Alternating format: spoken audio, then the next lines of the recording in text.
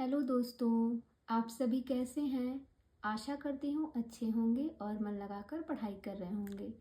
तो आप सभी का स्वागत है आपके अपने यूट्यूब चैनल प्रतिष्ठा हिंदी ज्ञानधारा में। तो इस समय हम क्या पढ़ रहे हैं, हम देख रहे हैं पाश्चात्य काव्य शास्त्र। और ये पाश्चात्य काव्य शास्त्र जो है हम पुनीत राय की वस्तुनिष्ठ हिंदी से लिए हुए हैं, जिसमें हमने भारतीय काव्य शास्त्र को पूरा पढ़ लिया है। जहाँ पे ज़रूरत पड़ी है वहाँ पे ट्रिक भी बताई गई है ताकि चीज़ें जो हैं आसानी से याद हो सके। उसके बाद हम पाश्चात्य काव्य शास्त्र पर चल रहे हैं और आज हो सकता हो ये मेरी आखिरी क्लास हो पाश्चात्य काव्य शास्त्र की। आज काव्य शास्त्र ख़त्म भी हो जाए। तो जितने भी लोग फर्स्ट टाइम मेरे चैनल पे आए हुए हैं तो प्लीज़ वीडियो को पूरा देखिएगा, स्किप मत कीजिएगा। अगर वीडियो अच्छी लगती है तो आप इसे अपने दोस्तों में भी शेयर कीजिएगा, चैनल भी सब्सक्राइब कर लीजिएगा और वीडियो पे एक लाइक ज़रूर कीजिएगा। तो चलिए क्लास की शुरुआत करते हैं देर न करते हुए। कल हमने जो है यहाँ तक पढ़ लिया था कि प्रकृति की ओर वापस लौटो, ये नारा किसने दिया था, बैक टू नेचर। तो ये नारा जो है रूसो के द्वारा दिया गया था, प्रकृति की ओर वापस लौटो। आज हम उसके आगे बढ़ते हैं। स्वच्छंदतावाद की प्रमुख विशेषताएं क्या क्या हैं उन्हें हम देख लेते हैं। तो बात की जाए स्वच्छंदतावाद की प्रमुख विशेषताएं तो उसमें आता है विद्रोह की प्रवृत्ति, कृत्रिमता से मुक्ति, मध्य युग की ओर प्रत्यावर्तन, कल्पना का प्राधान्य, अद्भुत तत्व, व्यक्तिवाद, सौंदर्यमयी दृष्टि और इंद्रियता, और साथ ही साथ है प्रकृति प्रेम। ये सभी जितने भी अभी हमने पॉइंट पढ़े हैं सभी जो है स्वच्छंदतावाद की प्रमुख विशेषताएं हैं। आगे देखिए, प्रमुख स्वच्छंदतावादी कवि कौन है। अगर स्वच्छंदतावादी कवि की बात की जाए तो स्वच्छंदतावादी कवि कौन है, तो वो है कॉलरिज, दूसरा है वर्ड्सवर्थ, तीसरे हैं शैली और चौथे हैं किट्स। कौन है, किट्स हैं। तो हमने पढ़ा है कि स्वच्छंदतावाद के वैसे भी हमने पढ़ा है कि वर्ड्सवर्थ होते हैं। स्वच्छंदतावाद सिद्धांत जो है किसका है, वर्ड्सवर्थ का है। हमने देखा है कि हमें जब हम वर्ड बोलते हैं तो हमें स्वच्छ वर्डों का प्रयोग करना चाहिए, ऐसे ही याद किया था। तो याद रखिएगा कि जब हम कॉलेज में जाते हैं तब हमें जो है स्वच्छ वर्डों का यूज करते हैं। और कैसे करते हैं, अपनी शैली में करते हैं। कैसे करते हैं, अपनी शैली में करते हैं स्वच्छ वर्डों का यूज। और कब करते हैं, कॉलेज में करते हैं। और एक है लास्ट में किड्स, तो इनको भी याद कर लीजिएगा, ये भी स्वच्छंदतावादी कवि हैं। आगे बात करें तो नेक्स्ट पॉइंट है, नेक्स्ट में देखिएगा क्लासिसिज्म का हिंदी रूपांतर श्रेणीवाद किसने किया है, तो ये किया है नलिन विलोचन शर्मा ने। आगे है, कल्पना की ऊंची से ऊंची उड़ानों में भी कुछ बंधन कुछ संयम रहता है। अभिजात्यवादी कवि मनुष्य को उस समीपता को, उसकी इस सीमा को कभी भूलता नहीं। वह जानता है धरती से उसका अटूट नाता है। ये कथन किसका है, तो ये कथन है ह्यूम का। क्या कहते हैं कि कल्पना की ऊंची से ऊंची उड़ानों में भी कुछ बंधन कुछ संयम रहता है। अभिजात्यवादी कवि मनुष्य को उस समीपता को, उसकी इस सीमा को कभी भूलता नहीं। वह जानता है धरती से उसका अटूट नाता है। ये कथन कौन कहता है, तो ये ह्यूम का कथन है, याद रखिएगा। नेक्स्ट पॉइंट है, यूरोप में साहित्य तथा कला विवेचन की दृष्टि से अंधकार युग कहलाता है। तो कहते हैं यूरोप में साहित्य तथा कला विवेचन की दृष्टि से अंधकार युग कहलाता है। उसका समय क्या है, 5वीं सदी से 15वीं शताब्दी तक का जो युग है उस युग को कौन सा युग कहलाया था, वो अंधकार युग कहलाया था। 5वीं सदी से 15वीं शताब्दी तक का जो युग है। नेक्स्ट में है नव्य अभिजात्यवाद का उत्थान कहाँ हुआ था, तो जो नव्य अभिजात्यवाद है इसका उत्थान फ्रांस में हुआ था और 17वीं शताब्दी में हुआ था। ये याद रखिएगा, नव्य अभिजात्यवाद का उत्थान महत्वपूर्ण पॉइंट है, प्रश्न यहाँ से आ सकता है कि नव्य अभिजात्यवाद का उत्थान कहाँ हुआ था।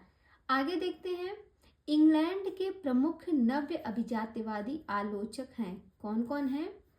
वेन जॉनसन, 1573 ईस्वी इनका समय है, 1573 में ये पैदा हुए थे और 1637 ईस्वी में इनकी मृत्यु हुई थी। दूसरे हैं जॉन ड्राइडन, इनका जो समय है वो है 1631 ईस्वी और 1700 में इनकी डेथ हुई थी। उसके बाद अगले हैं एलेक्जेंडर पोप, इनका जो समय है वो 1688 से 1744 है। फिर है सैमुअल जॉनसन, सैमुअल जॉनसन का जो समय है वो 1740 से कब तक है? 95, 1740 से 95 ईस्वी तक जो है इसका समय बताया गया है। किसका? सैमुअल जॉनसन का, याद रखिएगा। तो यहाँ पे इंग्लैंड के जो प्रमुख नव्य अभिजात्यवादी आलोचक हैं वो कौन कौन से हुए? When Johnson, John Dryden, Alexander pope और सैमुअल जॉनसन, ये सभी हैं इंग्लैंड के नव्य अभिजात्यवादी आलोचक। तो ये जो हमने नव्य अभिजात्यवादी आलोचक के बारे में पढ़ा है, कौन कौन है, इनको हम एक ट्रिक से याद करते हैं ताकि ये याद रहे। तो देखिएगा, कहते हैं कि एक व्यक्ति है जो कि अभी नए हैं, नए से याद रखिएगा नव्य, या फिर कह सकते हैं नव्य नाम का एक व्यक्ति है। वो क्या करता है? वो अपनी वैन से, वैन लिखा है ना, वैन को बनाइए वैन, वे अपनी वैन से जॉनसन आता है ना, जॉनसन का प्रोडक्ट बच्चों के लिए आता है, तो कहते हैं जॉनसन बेबी पाउडर, आप जानते होंगे। तो एक नव्य नाम का एक लड़का है या व्यक्ति है, वो अपनी वैन से जॉनसन लेकर अपनी जान से मिलने जाता है। किससे मिलने जाता है? अपनी जान से मिलने जाता है। क्यों? क्योंकि उनकी जो स्किन है वो ड्राई हो गई है। कैसे स्किन हो गई है उनकी जान की? तो उनकी स्किन जो है वो ड्राई हो गई है। और जब ये अपनी जान के लिए जो है जॉनसन लेकर पहुंचते हैं, तब उनकी जान क्या बोलती हैं? वो कहती हैं तुमने तो अलग जेंडर का ला दिया है, तुमने तो अलग जेंडर का जो है प्रोडक्ट ला दिया है। मतलब कि मैं फीमेल हूं तो फीमेल का लाना चाहिए, तुमने मेल का ला दिया, ऐसा समझिए। वो कहती हैं तुमने तो अलग जेंडर का ला दिया, तुमने तो सब पोपट कर दिया, अलग जेंडर का ला के तुमने तो सब पोपट कर दिया। फिर आगे कहती है तुम्हें सैमुअल जॉनसन लाना था, तुम्हें सैमुअल जॉनसन यानी कि समझ कर लाना था। समझ में आया? कैसे याद करेंगे? एक नव्य नाम का एक व्यक्ति है, वो अपनी वैन से जॉनसन लेकर, जॉनसन जो प्रोडक्ट आता है, पाउडर समझ लीजिए, ब्यूटी प्रोडक्ट में बच्चों के लिए यूज होता है जॉनसन। तो कहते हैं जो नव्य व्यक्ति है, नव्य नाम का, वो अपनी वैन से जॉनसन लेकर अपनी जान से मिलने जाता है। इसलिए मिलने जाता है क्योंकि उनकी स्किन जो है वो ड्राई हो गई थी। लेकिन जब वो वहां पहुंचता है तो उनकी जान कहती है तुमने तो अलग जेंडर का ला के दे दिया मुझे, तुमने तो जॉनसन जो है वो अलग जेंडर का ला के दे दिया, तुमने तो सब पोपट कर दिया। पोपट से याद रहेगा पोप। फिर आगे कहती है तुमको समझ कर लाना चाहिए था, तुम्हें सैमुअल जॉनसन लाना चाहिए था। तुम्हें कैसा जॉनसन लाना चाहिए था? सैमुअल जॉनसन लाना चाहिए था। इस तरीके से याद हो जाएगा कि मतलब नव्य अभिजात्यवादी आलोचक कौन कौन से हैं। आगे देखते हैं, अगला पॉइंट है एसे ऑन क्रिटिसिज्म 1711 ईस्वी। इसके रचयिता कौन है? अलेक्जेंडर पोप हैं। एसे ऑन क्रिटिसिज्म किसकी रचना है? अलेक्जेंडर पोप की है। एन एसे ऑफ डेमेट्रिक पोइजी, इसका जो समय है वो है 1668 ईस्वी। इसके रचयिता कौन है? तो इसके रचयिता हैं ड्राइडेन। कौन है इसके रचयिता? ड्राइडेन है।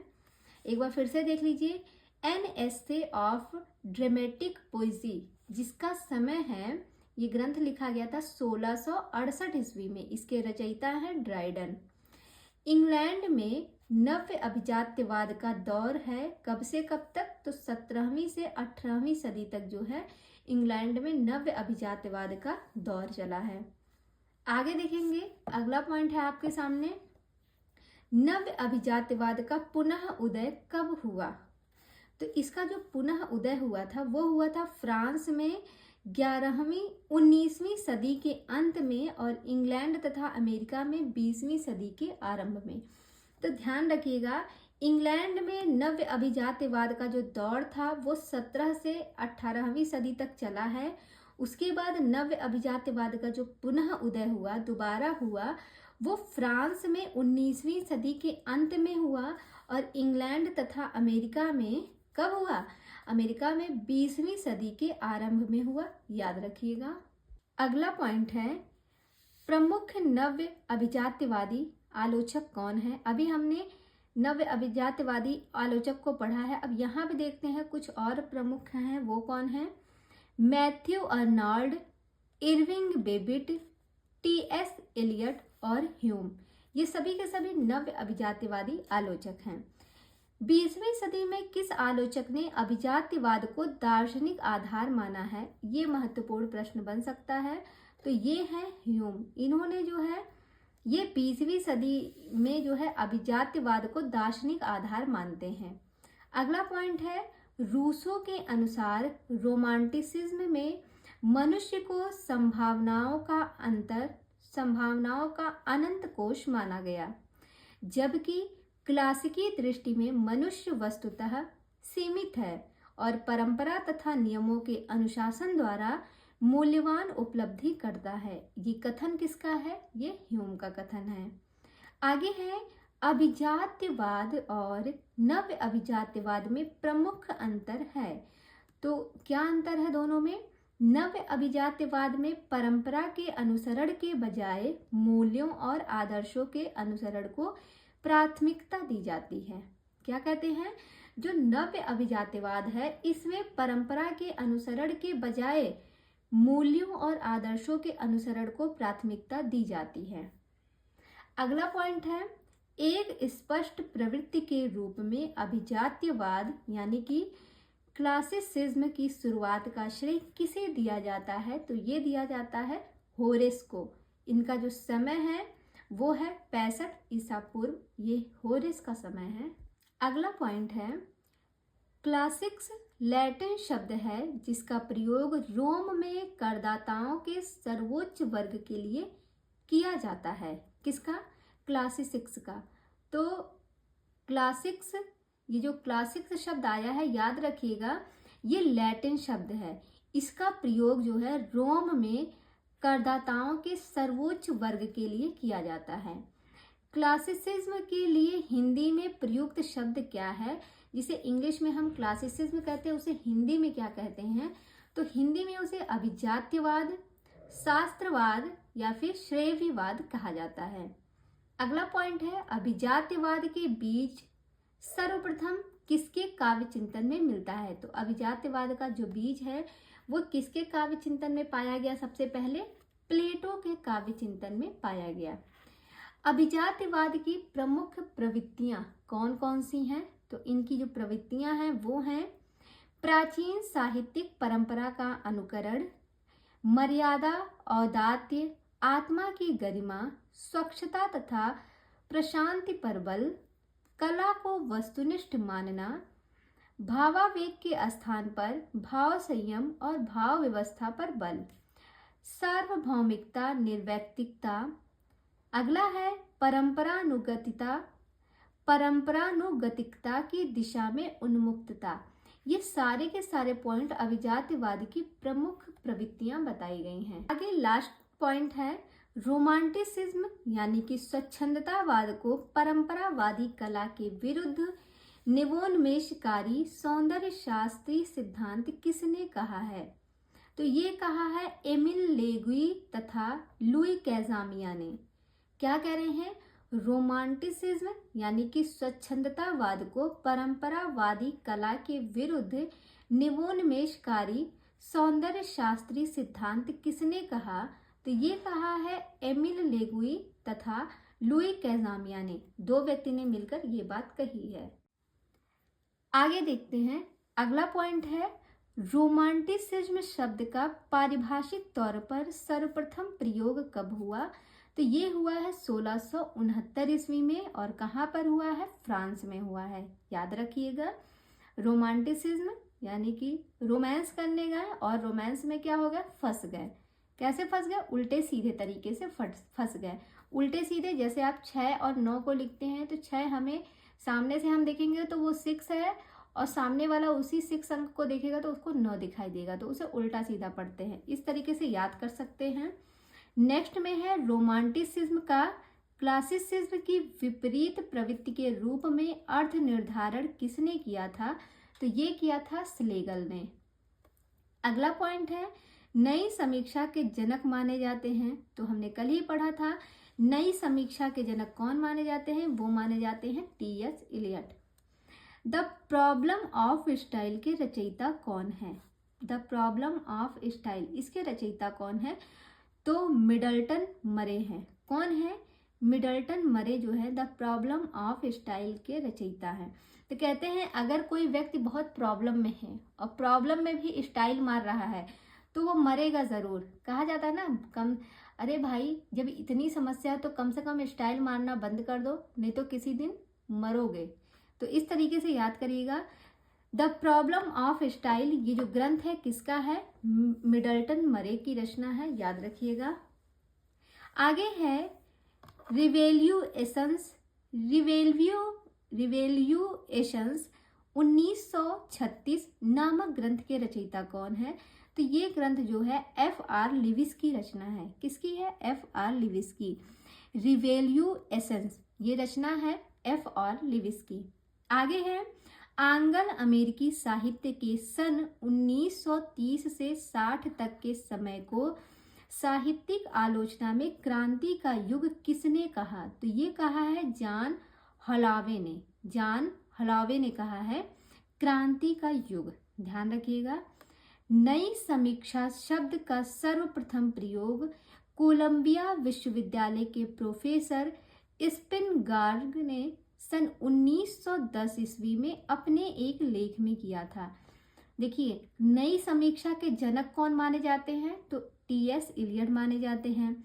नई समीक्षा शब्द का जो सर्वप्रथम प्रयोग किया गया था वो कोलंबिया विश्वविद्यालय के प्रोफेसर स्पिनगार्ग ने सन 1910 ईस्वी में अपने एक लेख में किया था।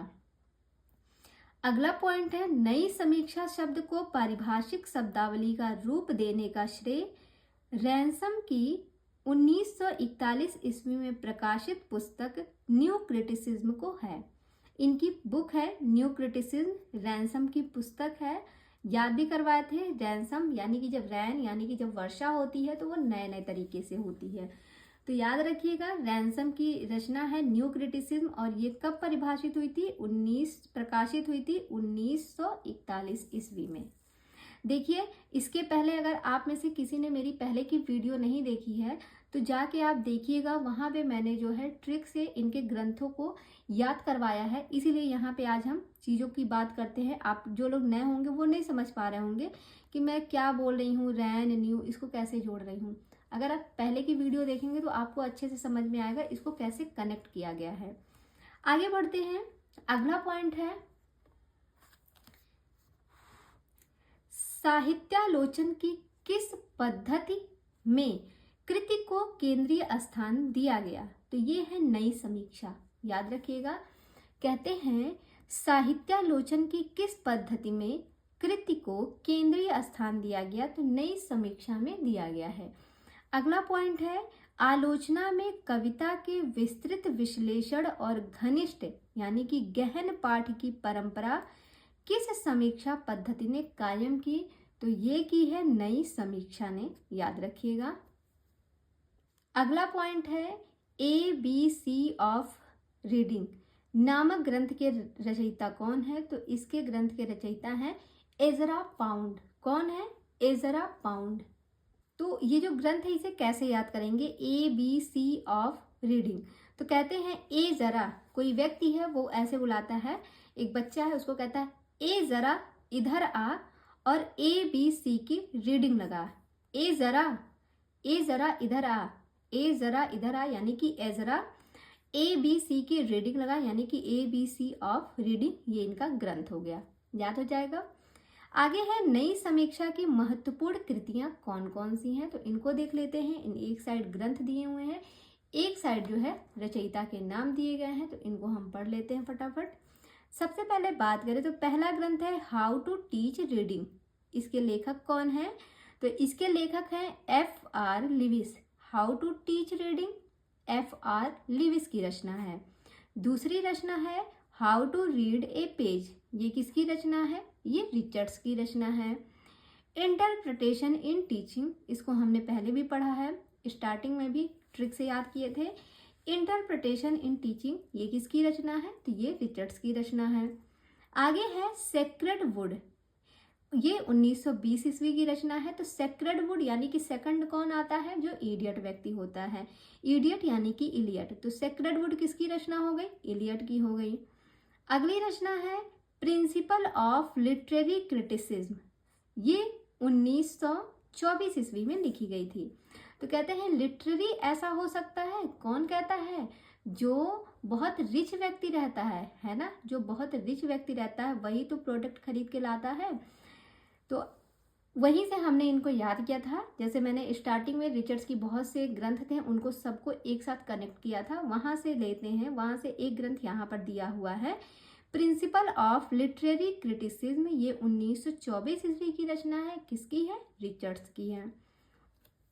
आगे है 7 टाइप्स ऑफ एम्बिग्विटी, ये किसकी रचना है, एम्बिग्विटी एम्पसन। देखिए ए से एम्बिग्विटी, ए से एम्पसन, याद रहेगा 7 टाइप्स ऑफ एम्बिग्विटी एम्पसन की हो गई। फिर अगली रचना है God without thunder, God without thunder 1930 ईस्वी में लिखी गई है, रैनसम की रचना है। आगे है रिवैल्यूएशन, जो कि 1936 ईस्वी में लिखी गई है, और दूसरी रचना है द कॉमन परसूट, ये 1953 ईस्वी की रचना है। इसको याद रखिएगा, दोनों महत्वपूर्ण हैं, इसको अभी हमने पढ़ा, ये तो पहले भी पढ़े हुए हैं। किसकी है, लिविस की रचना है। आगे है on the limits of poetry, ये 1948 ईस्वी की रचना है, एलन टेट के द्वारा लिखी गई है। On the limits of poetry Allen Tate की रचना है। फिर आगे है the forlorn demon, the forlorn demon, ये 1955 ईस्वी की रचना है, और किसकी है, एलन टेट के द्वारा लिखी गई रचना है। आगे बात करेंगे तो अगला जो ग्रंथ है वो है language as gesture, gesture, language as gesture, ये किसकी रचना है, आरपी ब्लैकमर की है। आगे है लॉयन एंड दी हनीकॉम्ब, ये 1956 ईस्वी की रचना है, आरपी ब्लैकमर की है। किसकी है, आरपी ब्लैकमर की है, लॉयन एंड दी हनीकॉम्ब। इसके बाद है द ग्रामर ऑफ मोटिव्स, ये केथनबर्ग की रचना है, द ग्रामर ऑफ मोटिव केथनबर्ग की है। फिर अगली है और लास्ट है permanence and change, permanence and change, ये किसकी रचना है, ये भी केथनबर्ग की रचना है। तो यहाँ पर हमने नई समीक्षा के अंतर्गत कुछ महत्वपूर्ण कृतियां थी और उनके रचयिता को हमने देख लिया है। लास्ट पॉइंट है द फ्यूजिटिव नामक काव्य पत्रिका का संपादन किसने किया था, तो ये किया था जॉन क्रो रैनसम ने। द फ्यूजिटिव नामक काव्य पत्रिका, ये पत्रिका है एक, याद रखिएगा, द फ्यूजिटिव, हो सकता हो कभी पूछ ले कि इसमें से निम्न में से कौन सी पत्रिका है, तो पत्रिका है द फ्यूजिटिव, और इस पत्रिका का संपादन किसने किया था, तो जॉन क्रो रैनसम ने किया था। तो यहाँ पे हमारा जो है पाश्चात्य काव्यशास्त्र भी आज समाप्त होता है, और इस तरीके से हमने जो है भारतीय काव्यशास्त्र और पाश्चात्य काव्यशास्त्र दोनों का जो है संपूर्ण अध्ययन कर लिया है। जहाँ पर ज़रूरत पड़ी है वहाँ पर ट्रिक की सहायता से चीज़ों को याद भी कराया गया है। अगर आप में से किसी ने मेरी पहले की वीडियो को नहीं देखा है, फर्स्ट टाइम चैनल पे आए हैं, तो प्लीज़ आप जाके प्लेलिस्ट में जाइएगा, वहाँ पे आपको जो है सारी वीडियोस आपको जो है काव्यशास्त्र की सारी वीडियोस मिल जाएंगी। आप वहाँ से काव्यशास्त्र पूरा पढ़ सकते हैं, भारतीय काव्यशास्त्र और पाश्चात्य काव्यशास्त्र। कल से जो है हमारी एक नई सीरीज स्टार्ट होने जा रही है, तो कल देखते हैं वो कौन सी सीरीज आने वाली है। बने रहिएगा आप हमारे साथ और देखते रहिएगा। अगर आप कोई और चीज़, अगर आपको कोई दिक्कत होती है, किसी रचना को नहीं याद कर पा रहे हैं, तो आप मुझे बता सकते हैं कि ये लेखक की रचनाएं नहीं याद हो रही है, इन्हें कैसे याद किया जाए। कोई भी विधा हो, नाटक, उपन्यास, कहानी, जो भी हो, निबंध, आलोचना, तो आप कमेंट करके बता सकते हैं। मैं लास्ट में जब क्लास खत्म करती हूँ तो उसकी ट्रिक आपको बता दूंगी। अगर ऐसी कोई समस्या आती है तो शेयर ज़रूर कीजिएगा और फिर कल मिलते हैं एक नई सीरीज के साथ इसी समय। तब तक के लिए धन्यवाद।